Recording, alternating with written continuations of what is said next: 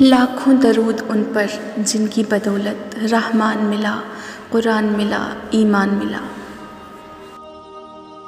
اے ایمان والوں، جب جمعے کے دن نماز کے لیے اذان دی جائے تو ذکر الہی کی طرف لپکو اور خرید و فروخت چھوڑ دو۔ تمہارے لیے یہی بہتر ہے اگر تم علم رکھتے ہو۔ بہت شدید خواہش اور خلوص کے مانگنے کے بعد بھی اگر آپ محروم رہ جائیں تو اس محرومی کو اپنی ذات پر بوجھ مت سمجھیں، اور یہ بات یاد رکھیں کہ وہ اللہ جانتا ہے کہ آپ کے لیے بہتر کیا ہے اور کیا نہیں۔ اس زندگی کی سب سے عظیم متاع اللہ کی محبت، اس کا قرب، اس سے کلام کرنا، اس کے آگے آنسو بہانا، اسے دل کے قریب رکھنا ہے۔ جمعے کا دن بڑی عظمت والا ہے۔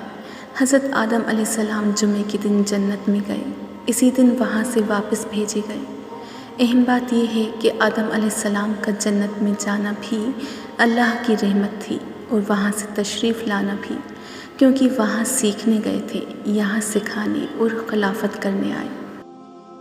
اے آسمان و زمین کے مالک، اے عزت والے، جس کے حاصل ہونے کا وہم و گمان بھی کسی کو نہیں ہو سکتا، اے فکر کو دور کرنے والے، رنج کو زائل کرنے والے، اے مجبوروں کی پکار سننے والے، اے دنیا و آخرت میں سب سے بڑے مہربان اور رحم کھانے والے، بس تو ہی ہے ہم پر رحم فرمائے گا۔